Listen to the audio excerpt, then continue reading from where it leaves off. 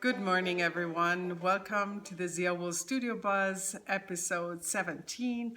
This is a podcast about knitting, spinning, sometimes crochet or a little bit of sewing, and also about hand dyeing. And my name is Doug, and I am coming to you from Albuquerque in New Mexico in the beautiful desert where I live with my husband and my two kids and our two furry babies, Munchkin and Ike. I've been really busy in the past 2 weeks since I talked to you last, and I have a lot to show you. But probably a little bit more than normal because during that time I went to a knitting retreat that happened here in northern New Mexico at the Ghost Ranch, and it was just a wonderful experience. I knitted almost the whole time, and it's just such a magical and peaceful place to gather with friends. I was with a friend, but I made a lot of new friends, so that was just a great experience. And the project that I worked on the most was something that I told you about last time, and that was my Carbeth cardigan. This is a design by Kate Davies, beautiful cardigan, and I decided to make it holding two yarns together, one of which was this rustic singles yarn, a Corriedale Blueface Leicester that I had over dyed a few years ago into this beautiful rich teal color, which also partly resulted from a grayish brown undertone, and that's also where the variegation comes from. My second yarn was the very exciting one that was hand spun leftovers, and I kind of started off from a crochet blanket that I had started a few years ago, but I was only this far in, so I decided, well, I'm just gonna frog it, use the yarn for the sweater, and that's what I did. Some of it I used just in order as the yarns came from frogging, and but not everything. So here's the last itty bitty bit that I still have left. I thought I'd show you before I totally unravel and put it back into a little ball. And the other thing that I had a lot more leftovers, which I keep in a little bin, and I probably have more than average leftovers from hand spun because I use hand spun yarn from hand dyed fibers to make fingerless mitts. That's the only thing that I sell at my studio tour here in November every year, and so every time I make these I have just a little bit left over. So, but enough talking, let me show you how my cardigan looks like, because it's done. Yay. I'm gonna put it on for you, and then I will tell you about it. And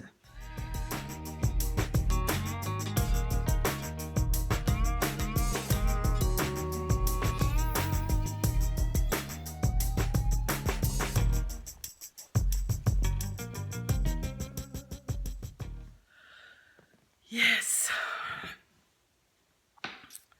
So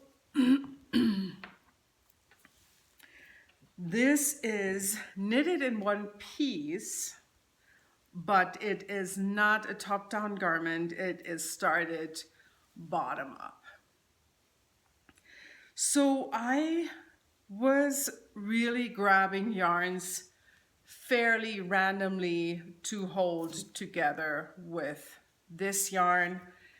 And the only thing I made sure of was that there was always also a little bit of blue in there or a little bit of purple, because I do have a lot of greens.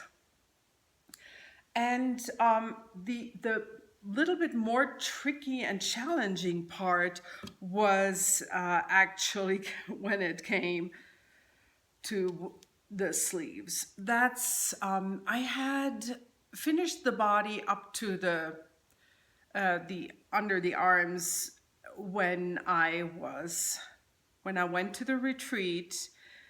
And no, actually I finished that section on the first day. But then when I got to the sleeves, I was thinking I'm gonna make the sleeves a little bit matching. And I thought I was going to use larger balls of leftovers, split those up, kind of eyeball split them, not exactly gram by gram, but, and so they're similar, but not 100% the same. So this is what I ended up with in between, in the end, and you can see there's some matching going on, but like with these colors, it's fairly obvious. Also, there's the purple here. And of course this. So, but, there's a but, if you consider doing this. What I did, I started with my cuff, first sleeve. I grabbed this ball and I started knitting, and I got this far in, and then I thought, oh, something is off. So I put it aside that day, and I thought I'm going to reevaluate the next day. And I looked at it again, and again, I was not happy with it. And then I realized I had been thinking about it, and all of a sudden it hit me. What the problem was, that it was all too much of the same yarn that I used in that section. I think it was a green, and there was hardly any change in the color, and it was just boring and very different from the main part of the cardigan. So I ripped back and I decided not to be lazy, but to use a lot of little leftover balls. And what I did was I grabbed a lot of smaller ones, I split them up, I laid them out in the sequence that I wanted to put them in. And I never put any of those on a scale, but I just eyeballed it, and that's why it's similar but not super matchy-matchy. The nice part about the sleeves is that I have two very special yarns in there, and one of them is the cuff. That is one of the favorite yarns that almost most favorite yarns that I have ever spun in my life. I mean, actually, I look at it and I'm thinking, oh, this was the favorite yarn. It was just wonderful. I got the fiber, which is Suri alpaca. I think it's really kind of hard to come upon, that I by chance came upon from a local farm, and I had it processed, and it was only a small amount, and I dyed it up. I don't think I kept any for myself except for leftovers, but a very good friend of mine, Kathy, she has fingerless mitts in this from this fiber, and I know she loves hers, and I'm happy that she has them, so it's all good. So happy to have this last bit in the cuffs for my cardigan. There's also another fun yarn in here. So it's kind of like a memory cardigan, and that is this one here, this green. It also has a great story because after we came to Albuquerque, when I had the chance to get rambouillet fiber from a local farm for the very first time. I actually skirted that here outside in the garage, and I did send it off. I did the skirting and treating with a friend, and we sent it off. It was our joint venture, I should say. And it was processed by a mill, and then I dyed this. And from the very first batch that I dyed is this yarn. And we both have the same fingerless mitts from this very first batch of rambouillet. Super exciting. So I was really not so sure if I wanted to double the ribbing on the neck binding, and the reason being that it's just I'm in a climate where I don't need too warm too often, and so I was uncertain. This is a very warm cardigan as it is, but I put it on as I knitted it up, as it was done like halfway, and I thought it's kind of boring. It's just flat. And I realized that by doubling it, you get just this little bit of standing up, and which makes it a little different and gives it more interest, which I thought was really smart, brilliant actually. And what I did was, because I was a little worried about itching on the neck, so I used all the soft alpaca yarns for the inside. Another great feature of this cardigan are the buttonholes. Check it out. You do the ribbing with an I-cord bind off, and these amazing buttonholes. I have never done this, and so it was really a great experience to try something new. And in the end, I found the perfect buttons, as you have already seen. And these guys are, I wish I would remember where I got them from. I have a friend in Maryland, Mary, who makes gorgeous pottery buttons, and very exciting. She's going to be at Maryland Sheep and Wool Festival, so I'm going to see her there, and I know I'm going to shop there. But these are not buttons that she made, even though I have some, but I didn't have enough of hers. Hers are a little bit thinner, which I like. But these guys, can't remember where they came from, but each one of them was different. I had exactly 5, and they were meant to be on here, I think. It's great because even though they're heavy, because my fabric is heavy, it doesn't really matter that they are, because yeah, the fabric's heavy. So I did knit this with 7mm needles as requested in the instructions, and there was some heavy blocking involved in the sense of you can still see it a little bit. There's a little bit of ruffling going on here towards the bottom part, but that blocked out very well. But as you can imagine, once I had soaked and rinsed this guy, this was so heavy. And I was really glad that I have, our old washing machine broke a few months ago, and the new one that we got has a drain and spin cycle only, which I used for this, which probably helped in drying this quite a bit.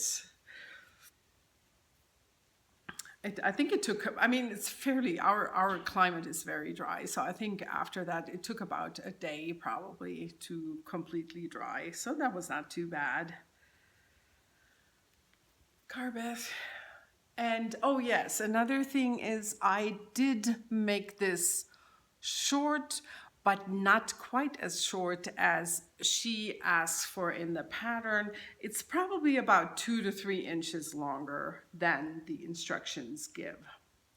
And I did not do any kind of splicing or magic ball something. I don't know, I'm very weird and old-fashioned. I don't trust that, so I went, probably I also wanted to stay flexible in my yarn choice.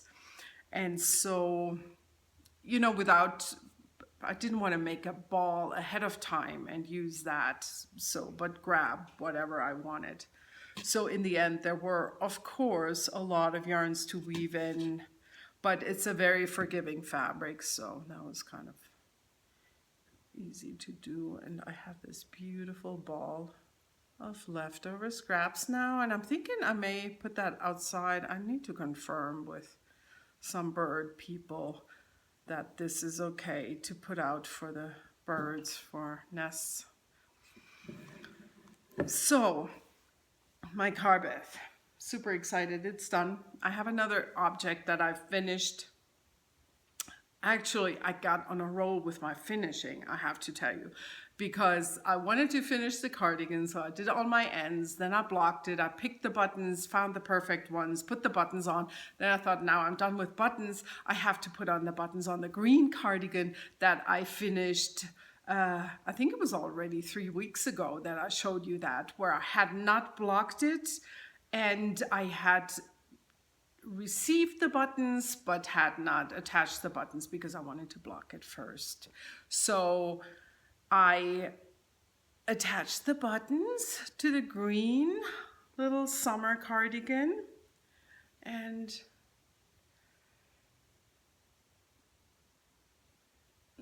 this is what it looks like. And they're every bit as perfect as I thought they would be.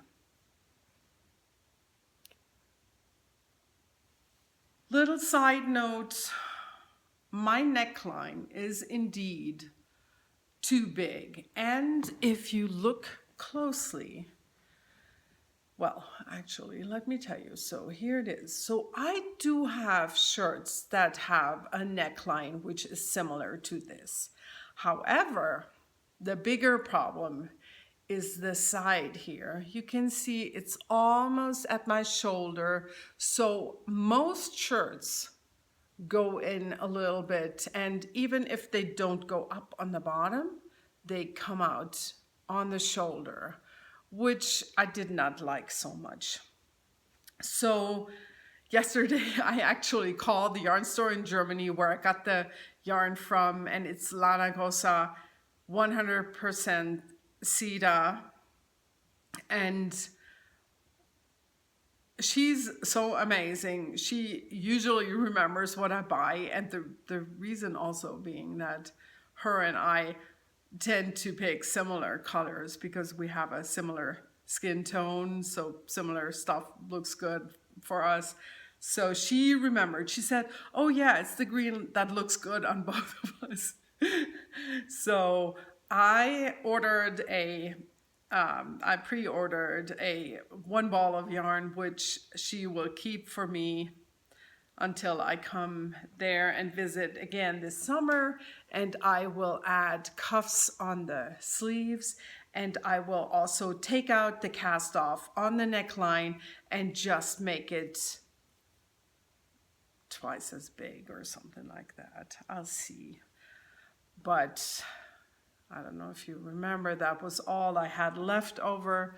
And I did have an extra button from this fantastic maker who is Woodland Workshop on Etsy. Just a fantastic customer service. He custom made these for me, and I couldn't say better things about it, because as you can see, it's so nicely rounded on the side, so your knitting won't snag, and it's really great. He put a lot of effort into finishing these nicely. The pattern, in case you didn't see this before, is not something that you can get, so I apologize for that. It was something that I picked up from a magazine a German magazine, actually, Stricktrends, from 2012, and it was originally a sweater, and the sleeves were these dolman sleeves, but it was patterned all over. It was not buttoned, and I decided to only use these two stripes of patterning in front and back. But as you can see, and as you probably can imagine, these sleeves are what ate the extra amount of yarn that I needed for the ribbing, and also to make the neckline a little more, to close that up a little bit. But I'll hopefully get to fix this in a few weeks. So, like I said, it's all about finishing. So this was not the end of it. I had a girl's best friend in an exhibit at a local fiber arts show, and it was, the motto was Earth, Wind, and Fiber. And I thought that this shawl goes very well with that, because especially because of this color, which is so like burnt, rusty, earthy colorway. The yarns I use for this is a singles yarn from by MJ Yarns that I had purchased last year at the Taos Wool Festival. I had talked about it when I finished it, and by the way, I am PAPERDAG on Instagram and on Ravelry, so I have my projects on Ravelry well in order right now. So if you need a little bit more details about yarn choices and stuff like that, that's a good place to take a look. But you're gonna wonder, what did she do to this if it was finished in an exhibit? I have added pom-poms. I made those yesterday, and these are my cutesy wootsy pom-poms. I love them so much. I had initially said that I wasn't sure if I'm going to add them, and Isabel Kramer, she has hers on the bottom, kind of here, here, and here, 3 of them. I had always been uncertain about that. I thought I'm going to make them removable, but as soon as I had 2 of the little things done, I decided I'm going to make them on the sides, and I am going to attach them firmly. That will be fine for me. So that's what I did. And so here's a little bit of information about the pom-pom making process. So here are my 3 colors, what I have left. I wanted to have a little bit left over from all of them, just in case something ever happens, I can fix it. This I had all from the get-go, the least of this color left over, a bit more of this, and obviously the most of this one. And what I did to make my pom-poms is I found in a box with vintage silverware from my great aunt, I found this fork, which is turned out just so perfect to make these mini pom-poms. And I got this idea. I picked up the idea somewhere. I saw it on Instagram, online. I don't know where, can't remember, but really brilliant. Because then in the end, you just wrap your yarns around, and in the end, you gather by going through the middle. And I didn't even need to put the yarn on a needle because it's such a wide space that it's easily done. Just know that because I had a singles yarn, what I did, I was a little bit worried about the yarn snapping once I tie it tightly in the middle around my bundle of yarn. So I gave it extra twist, and then I went around a couple of times before I tied it, and that was fine. Those are my pom-poms. So finally, really now completely finished this guy, and there is another item that I finished. This is so weird, all the finished stuff. My nomadic yarn socks. I just looked that up, that I started these in 2015. It's so embarrassing because it's not that I don't love this yarn. I adore it. Look at these colors. How could I not? And I think that, I hope I did not forget to move the progress keeper, but I think I was here last time. I showed these and I finished them fairly fast. In fact, as I was zooming along the foot, I knitted too far, about 2 or 3 rows, and I had to rip back. Crazy. This is what I have left. And this is the tag of my beautiful yarn, Trusty Sock by Nomadic Yarns in the colorway Wanderlust. A word about my sock blockers real quick before I forget. If you're on a budget, if you need to have sock blockers fast, and then this is the way to go. I even had these still at home from when the kids were little. These are made from placemats. They were actually Valentine's placemats, and they're a fairly sturdy plastic material, but still you can cut them with scissors.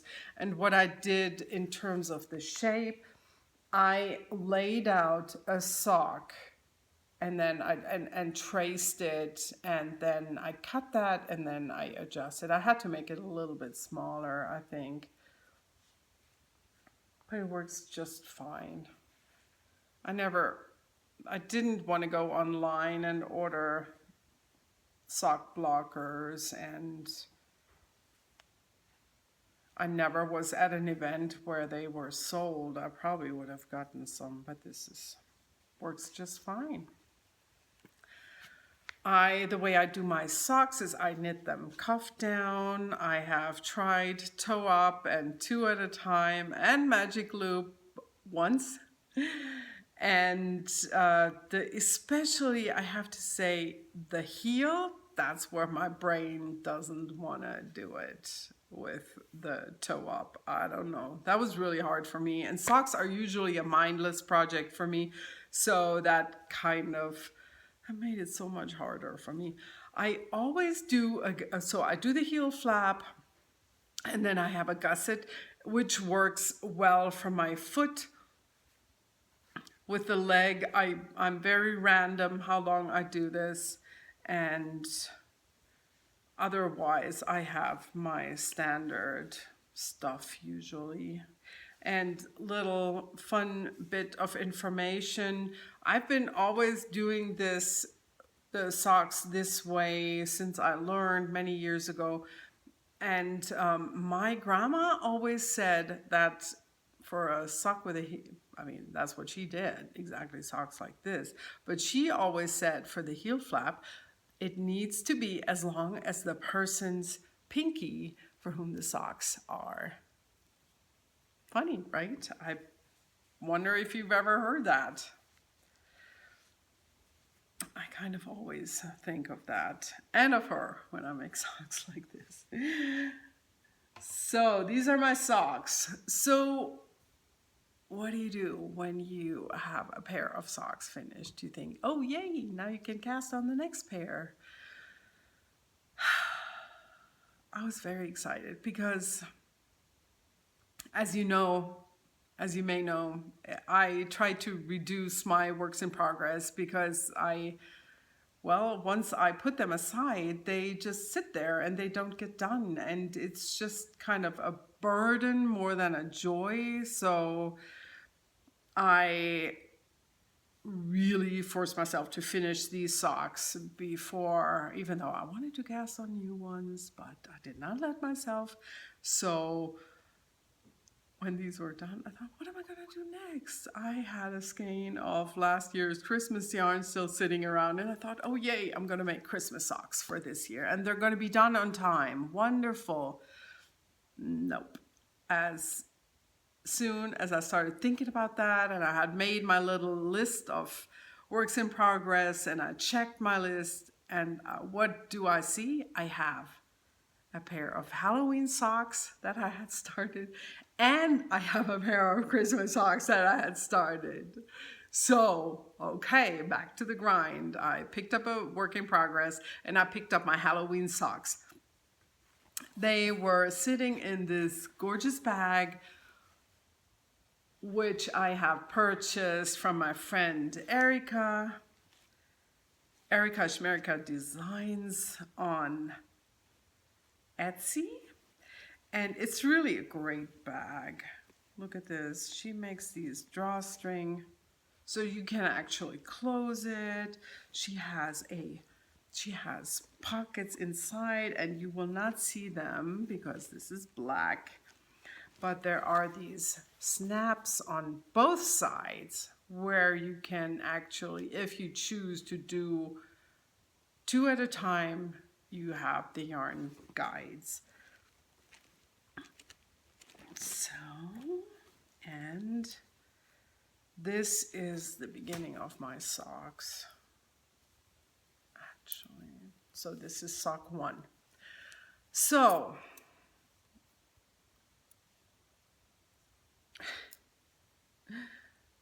I pulled these guys out, and I see that I had started them with 2mm needles because, excuse me, for some reason I thought this yarn needed 2mm needles. I thought, what was I thinking?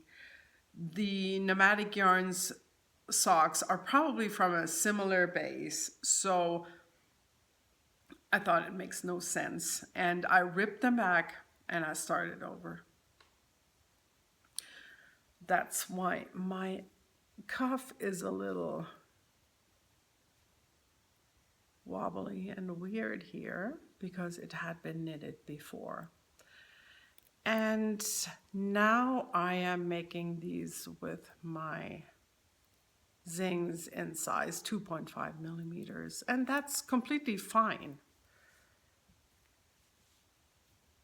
I had started and made both cuffs, and I can show you the other one. It looks cute. I mean, it's pretty, but it's really unnecessarily more work. And I wanted to have these short because I don't have a full skein of this colorway. What I did last year was when I went to Taos Wool Festival, and we were a car full of knitters, and I had dyed up the Halloween colorway, and everybody got some yarn. I think I did half a skein of this, and everybody got like 20 grams of this. So I still have a little ball for toes. And the plan is to get these done for Taos Wool Festival this year. I think I can do that, right? What do you think?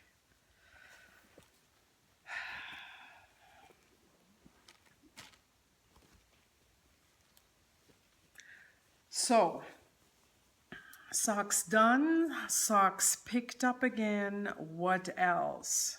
Let me move a few things out of the way.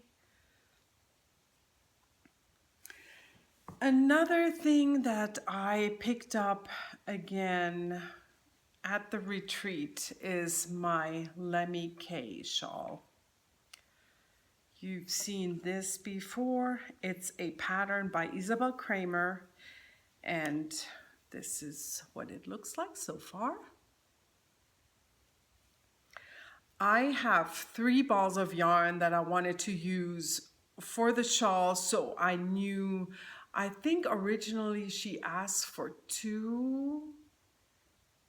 I may be wrong, but I wanted to make my shawl larger, and so I added already to the pattern these garter ribs. I have 3 balls of yarn, like I said. One of them is the gray, and then I will show you, oh, here they are. I can just grab them. And these are my other 2. So you're gonna say, yep, fairly different. One very purple, one very much light blue, both green, one darker, one lighter. For these stripes, I alternated the 2 colors, but do you think it was worth the trouble?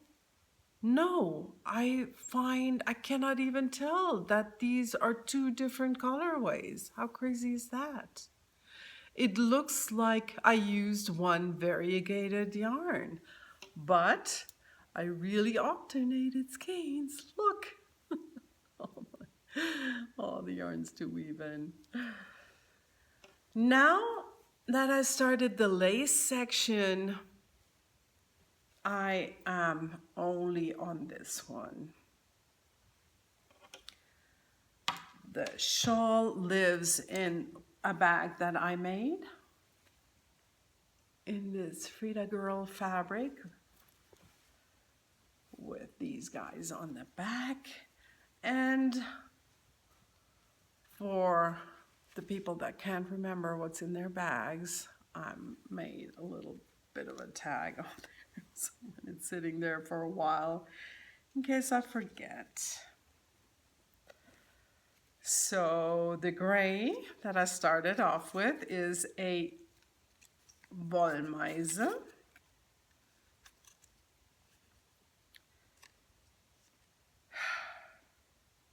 It's a Nobody is Perfect skein. And what I don't understand is they say 70% WO, 20% WS, 10% PA. And I believe that the PA might be cashmere. It's very odd to me because, I don't know.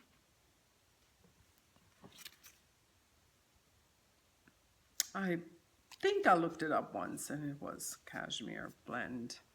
So in my stash, I found the other 2 yarns, which are Madeline Tosh yarns. And they are both pashminas. And this one is, the lighter color is called Mala.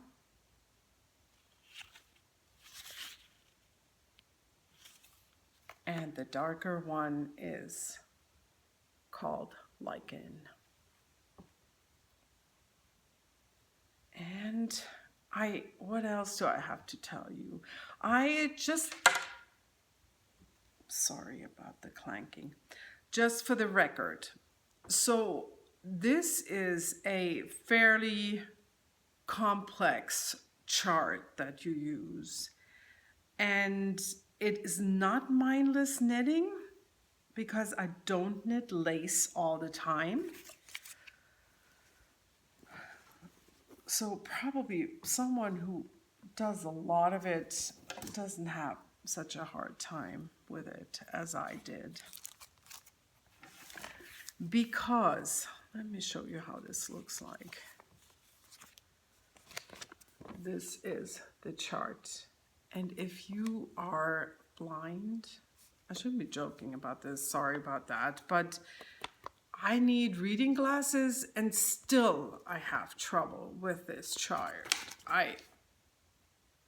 Yeah. I don't know, it's kind of, it makes me dizzy a little bit. So what do you do to follow a chart that has so many rows? You enlarge it, which I did only just now. So both halves separately. Let's see. So this is quite a bit larger. I haven't used this one yet. I haven't started working with this one. And so because it's split in the middle and then it's kind of mirrored, I thought I don't need them on the same page. If I really need to flip it over, I'll do that. As you can see here, I already got a handy tool that I'm using. It comes from a tape dispenser little thing, comes in different colors. I picked that up at my yarn store and it's removable and you just move it to your next row that you're working on to help with keeping track of where you are. I really like this.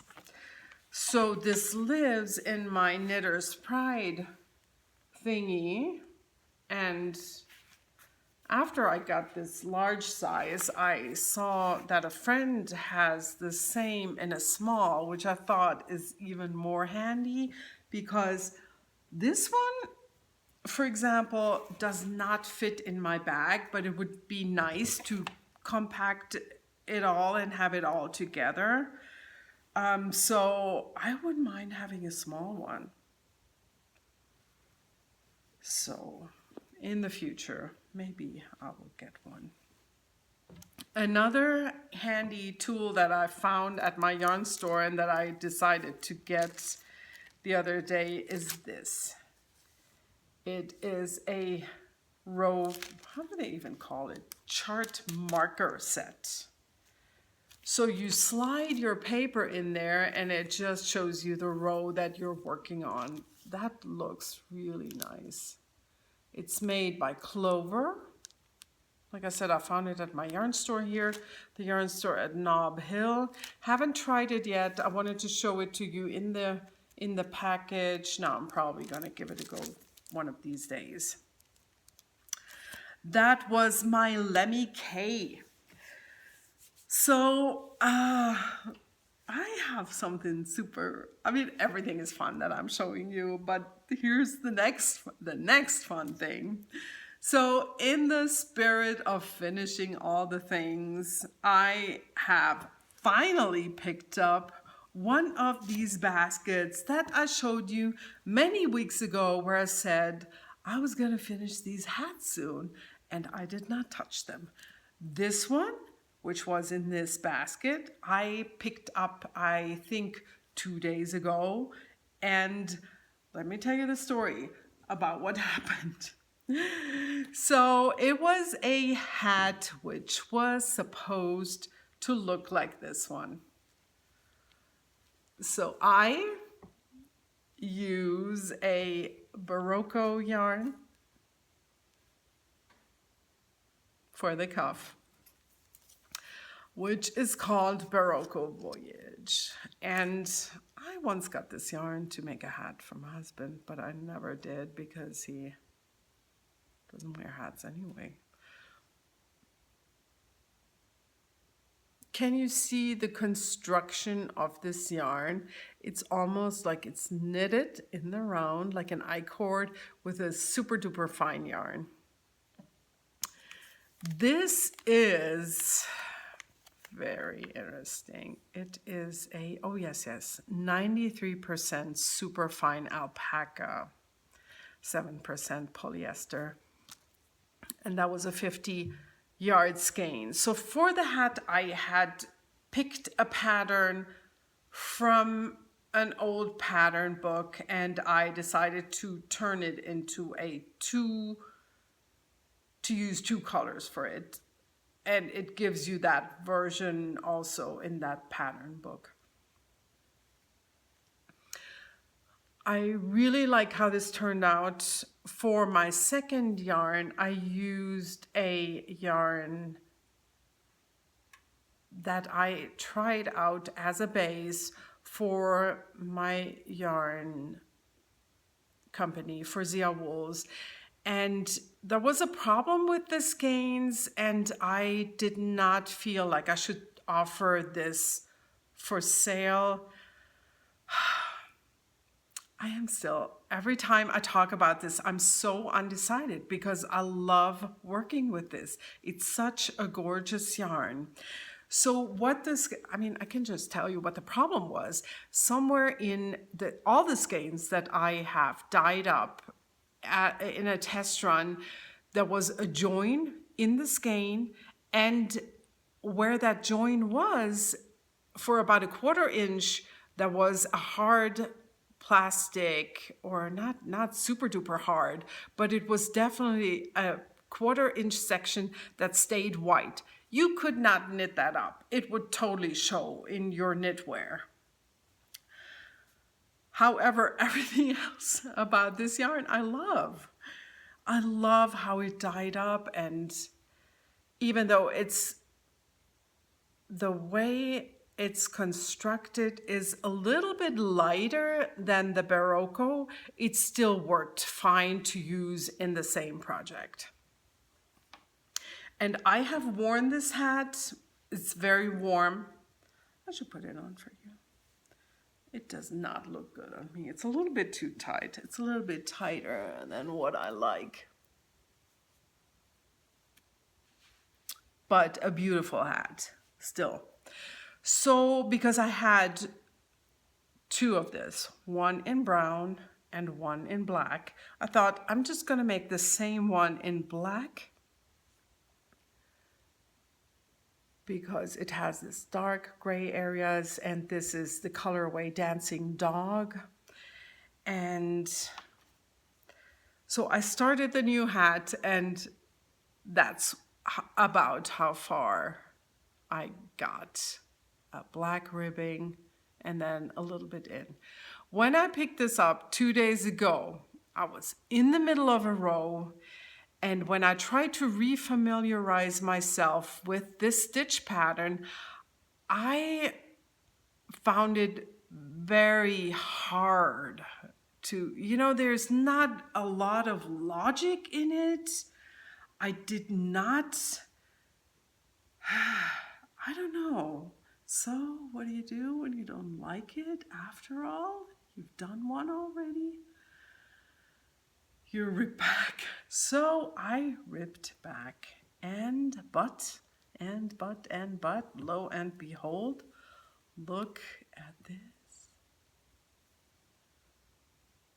I started over. I ripped back to the ribbing. This I completely kept. But then I redid it up here. And stay tuned because I am already in the process of writing this up as a pattern.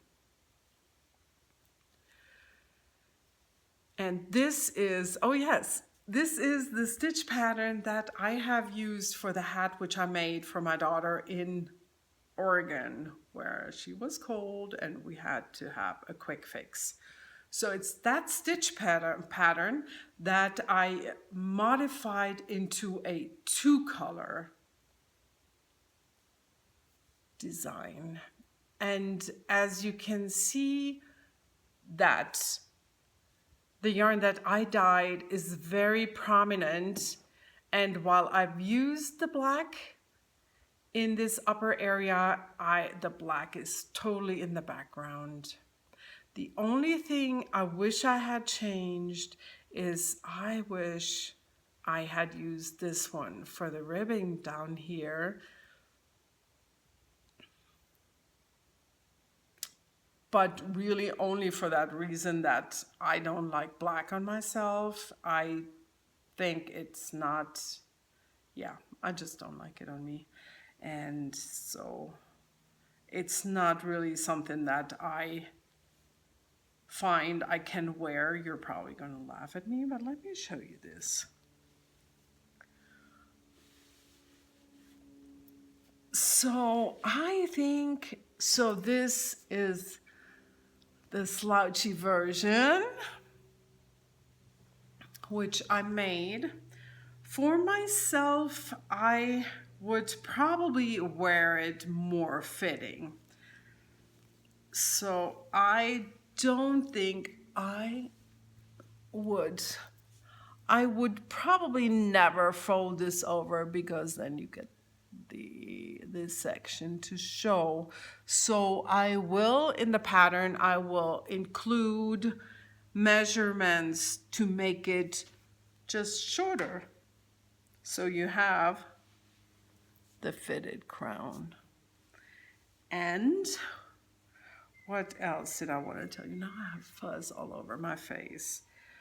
I will come up with another way of, another kind of ribbing. You start working the hat from the bottom up like you do most, but I have an idea. I want to try something different when I knit this up again, and I am also not settled on a name for this yet. So I have an idea, but I have to figure out if that one's still taken, because I wouldn't want that. And yep, stay tuned. I am thinking about coming up with some kits for these, and I've even thought that maybe I can use this in a kit, because then I can split up the skeins myself and I could eliminate the problem areas. So maybe that's a way to do it. But that leads me to my studio. So I want to tell you a little bit about my studio, but we'll do this at the very end. I have one more thing that I need to show you. You know, I was talking about knitting the Misteriosa shawl by Asa Tricosa. Beautiful, beautiful pattern, which does not very much show on the pattern pages itself, because it was a mystery knit. And but you can look at many projects on Ravelry where you can see how nice this is. I saw this actually knitted up on someone on the Winslow retreat where I went to last year, and I loved it so much that I thought, did I say it was last year? It was not last year. It was this year, beginning of this year. So on that trip, I saw that shawl in person, and I thought, I really want to make it. So she found out the pattern. She couldn't remember from the top of her head, but now I have it. I bought it. I'm ready to go. And in the pattern, it suggests either using a fingering yarn or a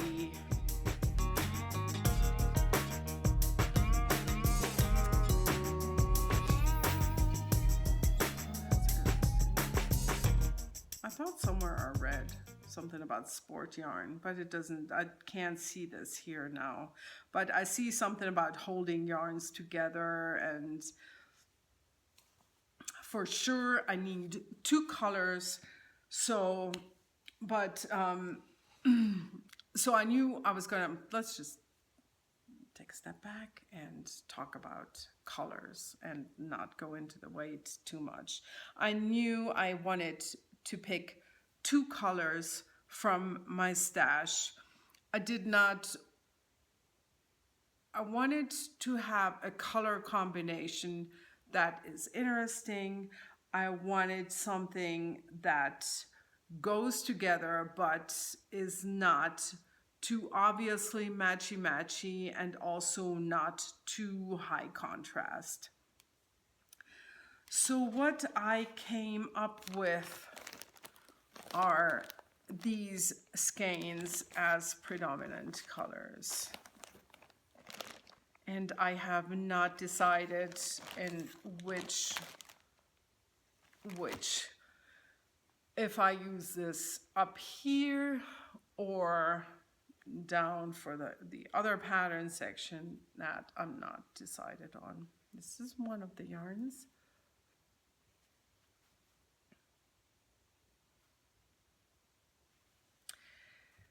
Now the other one, I was a little bit undecided.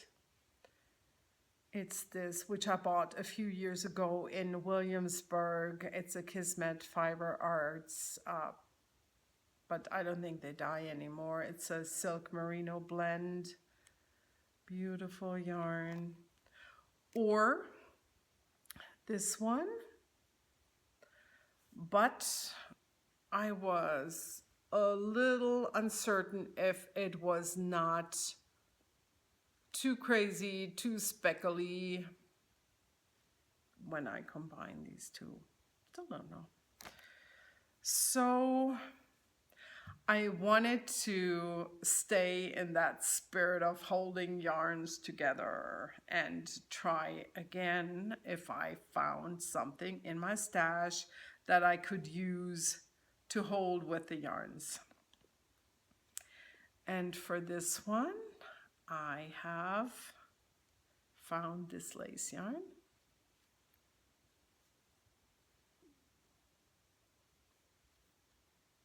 Vintage stash. Probably it doesn't make sense to tell you what it is. This one was another option, which was very different, but it would, nonsense. What am I even saying? Well, it does pick up that orange, but no, that was not what I meant. It's this one. So another shade of blue, but this one, I just don't know. It was, I know from the get-go, I thought it was too high contrast, very different value, very dark, jewelry, where this is more pastelish. This is a Sweet Georgia yarn that I had picked up in Paris at La Bien-Aimée a few years ago. Yes, so I knew I had to swatch with these, but I was really looking forward to that, to see how they would play together. And that is what I did. So here is the swatch with the Sweet Georgia and the yarn that I had recently purchased in Las Cruces, which is Quillen Fiber Arts. Sorry. And the next one is the Quillen Fiber Arts with the lace yarn.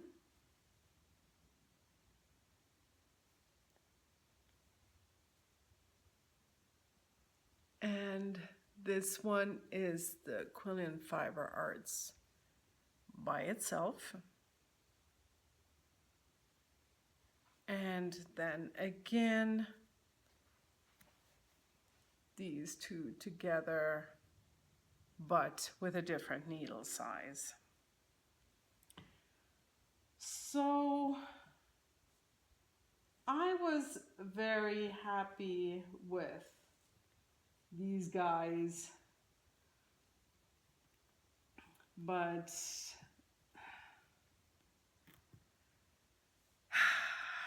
the second color gave me a little bit of a heartache.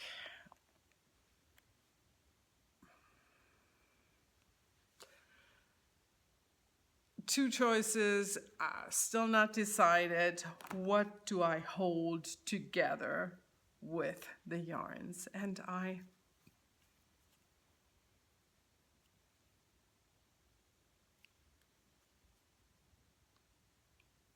found this.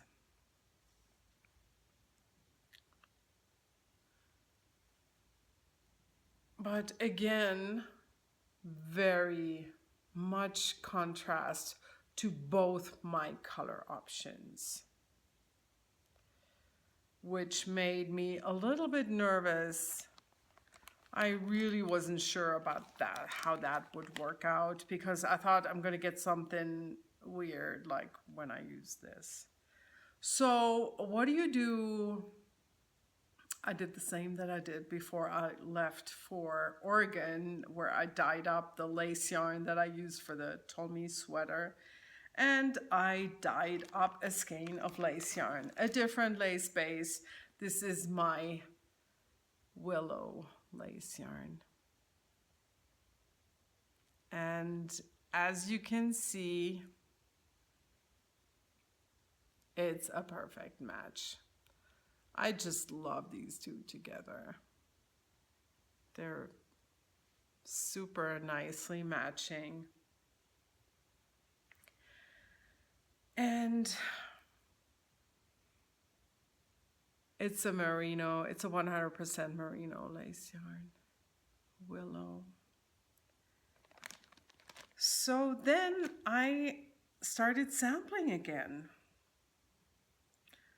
Let me fold this up so you don't get confused, like with looking at everything together. So here is the Kismet Fiber Arts with this lace yarn. So these two together. And much nicer than I expected, to be honest. So the next one, and that was another one that completely surprised me. I love this. These two together. Look at it. The second from Top Stripe. Lovely. Really, really would totally work.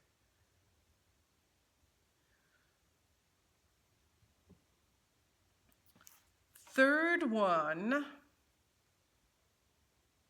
is these two. Again, beautiful. And the last one, obviously, my two yellows together. Now compare these guys. Is this not just the hardest thing to choose from? Are they not all really great? It was a very fun experiment, but it did not make my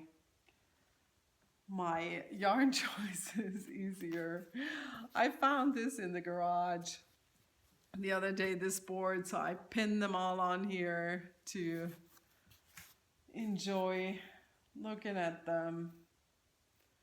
Not that it would have helped me to make a decision about that, but eventually. So that was this. I am not casting on this shawl until I have finished the Lemmy K, because the Lemmy K is going to be a Mother's Day present and needs to get done before I go to Germany. So, what else? I am pretty much done with what I wanted to show you. So there is one thing left that I was a little bit hesitant to show you, even though it got in a long time ago, and it was something that I purchased from a long-time Instagram friend who is in Australia, and she sent me a pin, and I hope I'm not giving too much away, but I ordered an extra pin as a gift for a friend. But let me show you first the cute stitch markers and progress keepers that she also sent me. And her name is, she's Lou, Wild About Yarn. That's her handle. And Lou also makes really beautiful hand prints that she incorporates in books and journals. Really beautiful work. And she's in Brisbane, Australia. Lou Douglas, if you want to find her on Instagram. And her Etsy shop is called Lou Douglas Designs. Oh, wait a minute. I lied. Ravelry Lou Douglas. And on Instagram, it's Wild About Yarn. And here is my amazingly cool pin that I got.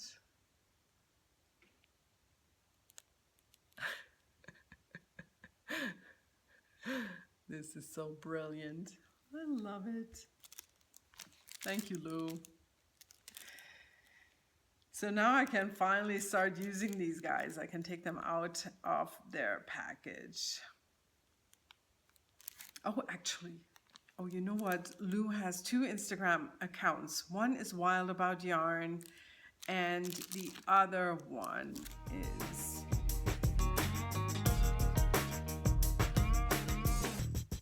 whatever. Sorry, just ignore me with my thoughts. I know she has 2 Instagram accounts, but so the knocking on the door brings me to something else that I wanted to talk to you about.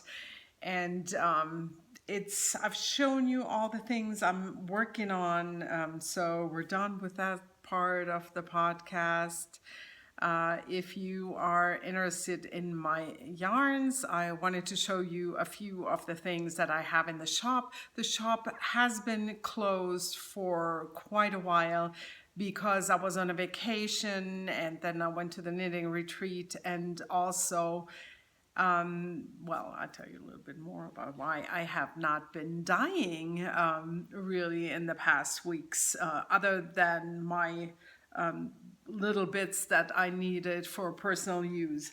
But I wanted to show you first what's in the shop. If you are not interested, I'm going to say my goodbyes at this point.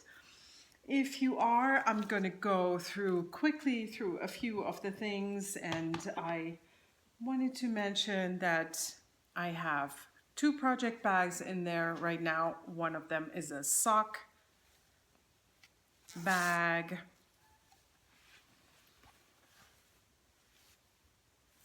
And the other one is a travel themed bag.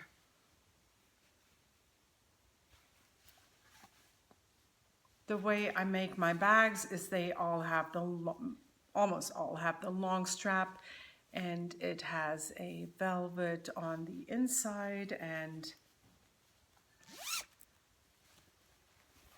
a matching fabric inside. And this is the back. This is my shawl size. My bags are not interfaced because I am bad at interfacing, and because I personally need my bags to be very washable, because I throw them around on the sofa. There's cat hair, they get dirty, they get thrown in the car and stuffed into the purse.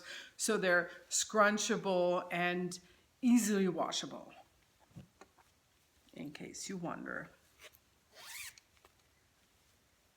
These are the 2 bags in the shop. And then I'm just going to go through the yarns quickly. I have a few of my worsted weight yarns in there.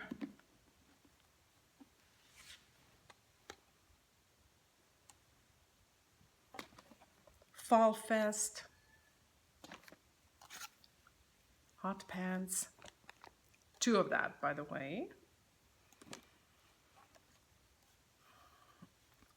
Beekeeper, oh, sorry, I lied. Beekeeper's Best Friend. And This is the colorway that I knitted the ashes with, the sweater that I showed you a while ago. However, in a different yarn. This is Duke worsted weight True Love.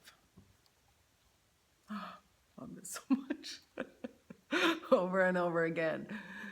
I'm a sucker for this combo, the orange with the pink, and that's the name, True Love.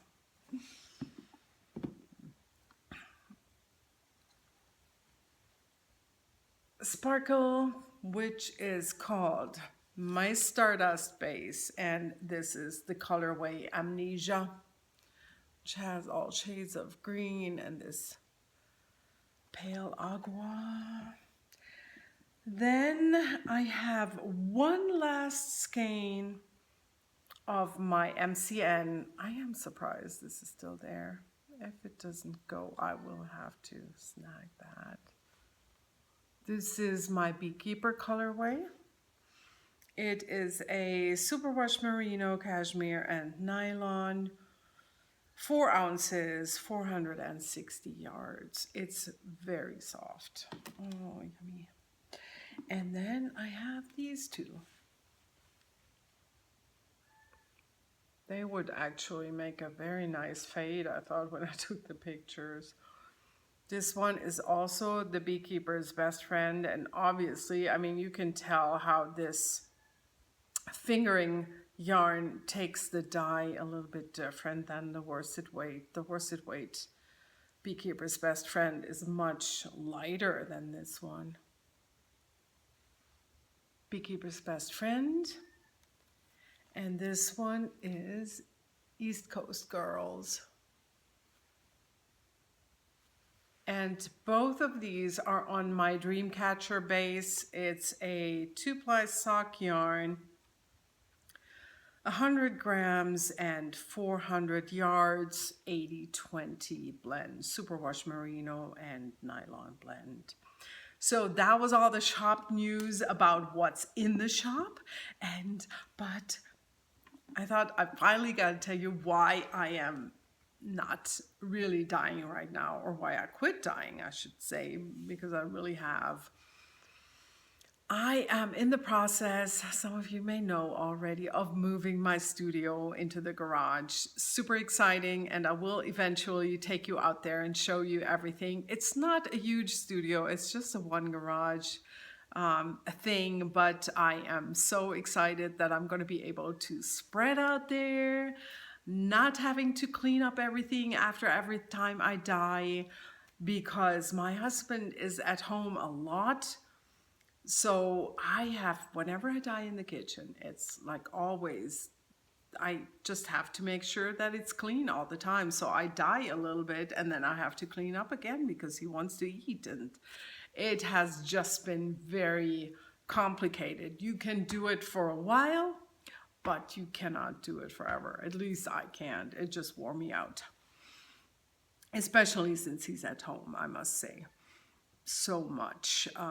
So this is happening right now. Actually, the knock on the door that you just heard was of one of the guys coming in to continue working there, and that was the electrician who's gonna finish up all the electric work today, and it's just one step at a time, but it's progressing nicely. And like I said, I'm going to take you out on a tour there soon. He's going to put in a very bright light for me. I am not usually working at night, but it's still going to be super helpful in case I do it, because there have always been those days where my husband has not been around and I have worked later in the day, and it's going to be nice to have good lighting.